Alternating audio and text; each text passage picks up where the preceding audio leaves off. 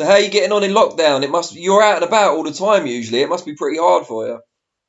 Yeah, normally I'm traveling a lot, different countries, doing a lot of boxing events in different overseas, doing a lot of boxing promotional events as well. But this time I'm spending more time here with my family. In a way, it's nice that I'm at home and spend time with quality time with the family, whereas normally I'm traveling so much for work. But at the same time, I am missing being at the gym. I am missing not having your friends around you to do a training session and just do normal things like, going for a jog outside or anything like that. So kind of knowing that you're on lockdown kind of puts you on a downer really as well. Before all this happened, what was your plan for 2020? So how many fights? Who were you going to fight? What was the idea? I probably wanted to do about 2 fights and call it a day. And I still got that in my mind.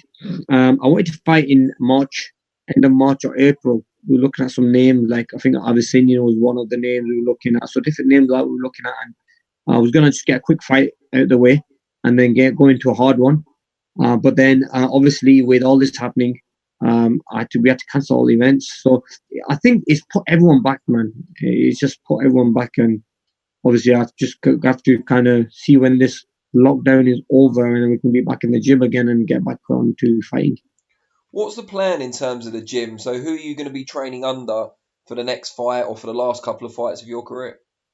I think it just depends on who we have as an opponent. Yeah, that's all. It all works around that really. If we have like a tough fight, then obviously we need a top trainer. You know what I mean? Who's going to push me and who I have to respect and who knows the business. If it's going to be a medium fight, then obviously we can probably go with another coach like Bones Adam, and also like Alex Ruiz or something. It just depends, like I said, on the opponent. Have you got a preference in terms of training back home or going overseas again? I like overseas training. You kind of just they're isolated, and when you go there, it's for work only. So I kind of miss that. But at the moment, you just have to see what the options are, where the fight's going to be. For example, like if it's back in Saudi Arabia, if it's in the Middle East somewhere, if it's in England, then it might be better to train in England. Whereas if it's in America, the fight, then I don't mind training in America. So I'm going to keep my options open for that. Hopefully, in the next week or two, I'll probably start talks on who we're looking at fighting, what date we're looking at fighting on, and where the fight's going to be, and then hopefully we can work it out then. What's your status promotionally? Are you a free agent at the moment?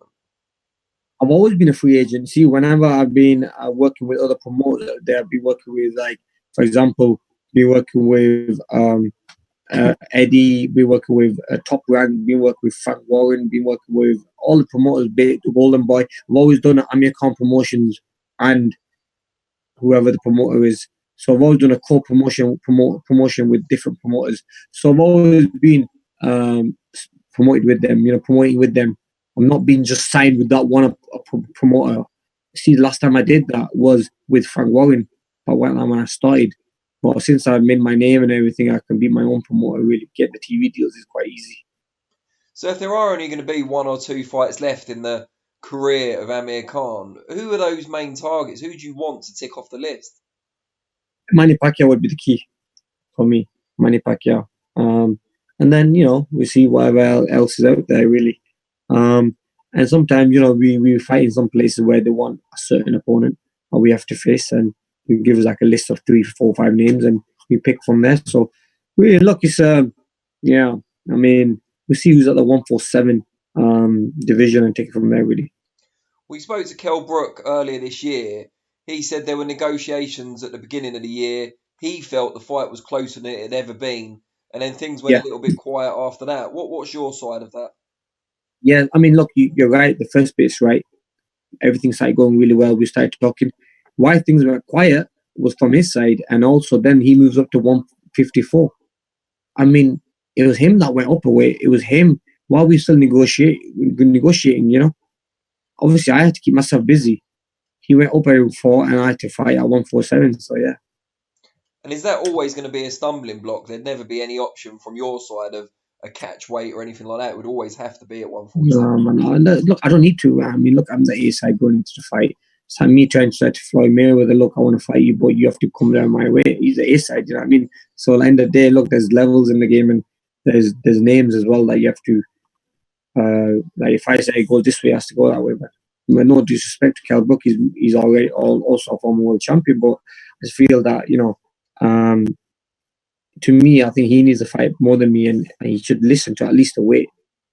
After that, I mean, if he wants to be the first guy to walk in the ring, or Wade got the second guy to walk in the ring, that's fine. If he wants to step on the scale first or second, that's up to him as well. Look, I'm just all about the weight. The weight has to be right.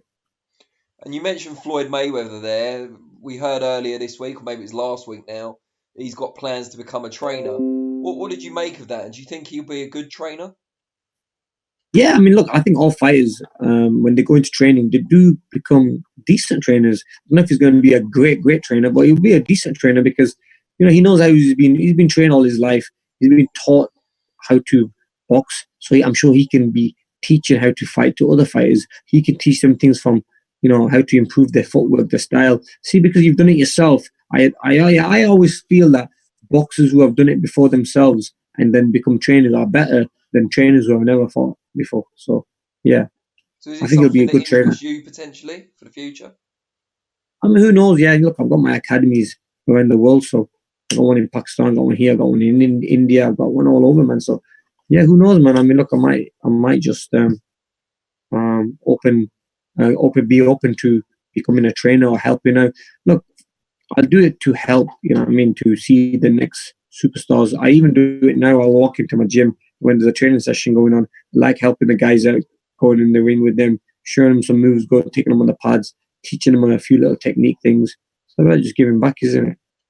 And something that kind of related to that, something that's blown up on social media recently, not directly involving you, but there's been some criticism of other boxers who've done some charitable efforts, good deeds, and it's been publicised. And there's kind of two schools of thought that it's great that they're doing good deeds, or it's not so great if they're being publicised. You've done loads for charity, and it's something you've been criticised for in the past as well, unfairly, in my view. But I just want to know what you think of it. Okay, so I think it's a bit bad when people criticize it because they should not criticize it. The people who are going to criticize it are those people who probably don't do charity, who are so selfish that they don't want to help other people. The reason why I publicize it, and not so much that, I'm doing it, not for myself, I'm doing it for the poor people, I publicize it for them, so people get motivated and say, look, if Amir is helping them, if, for example, I remember when Mo Farah had a foundation, if other fighters like Annie Joshua, if they help it, then we should help as well. So really, it's all about motivating. See, I have a huge Asian community fan base. Now, Asian community is part of our life that we have to give an X% a year to the poor people. So in a way, that could be motivating to them as well. Like, look, okay, we have to give, as a religious purpose, we have to give a certain percentage to the poor people. Why not do it by helping and building an orphanage, or helping these young orphans, or helping these young kids, or build a little school for them? Doing a little bit. If everybody in the world, especially the sportsmen and women, especially those that have the money to do it, even if they help a little bit, it doesn't have to be a big help, then, it'll go a long way. Like just yesterday, a kid come to my house and he goes, I'm just doing this thing where I'm helping these young kids where we're going to be feeding them. I go, see, I'm not one of them people that only works with Asians. I'm not one of them people I work with all minorities. I work with all different skin colors. So I've said to them, one thing clear is that, is it for all the community? If it's for all the community, then I'm willing to help you. So hopefully I sent some money to him. I said, I'll make some food bags. So each food bag will feed around about a family of 5 for a week or two, no, for 2 weeks. I said, listen, I'll let me donate some money towards it. And I'm even happy to go myself and hand it over myself. Because see, in Pakistan, I did the same thing. But I couldn't hand it over there myself because I was in the UK and I couldn't fly there. But in UK, while I am here, I don't mind doing that because I might motivate other people to give as well. And you mentioned earlier about only having a couple of fights left. If your career were to end tomorrow and it was all done and dusted, how happy would you be with what you've achieved? Listen, I'd be very happy. Honestly, I swear, like going to Olympics, got a name from boxing, and then winning world titles. Man, I think what I wanted to do, I think I've done more than what I ever wanted to do. See, like even to have a name in America, to go to a boxing event, and be recognised by everyone, and everyone shouting and coming over for pictures and stuff. It's amazing, man. It's the best thing ever, man. So I think I've done a lot more than I ever thought I would be able to do. So yeah, man. And look, I was never the most talented fighter in the gym. I was never the best fighter in the gym, but I probably achieved so much as a British fighter, man. So yeah, man. It's been brilliant. Brilliant. Well, I know you push for time, so I really appreciate you giving me 10 Love minutes. this with you, man. That's wicked. And look forward to catching up when all this is over.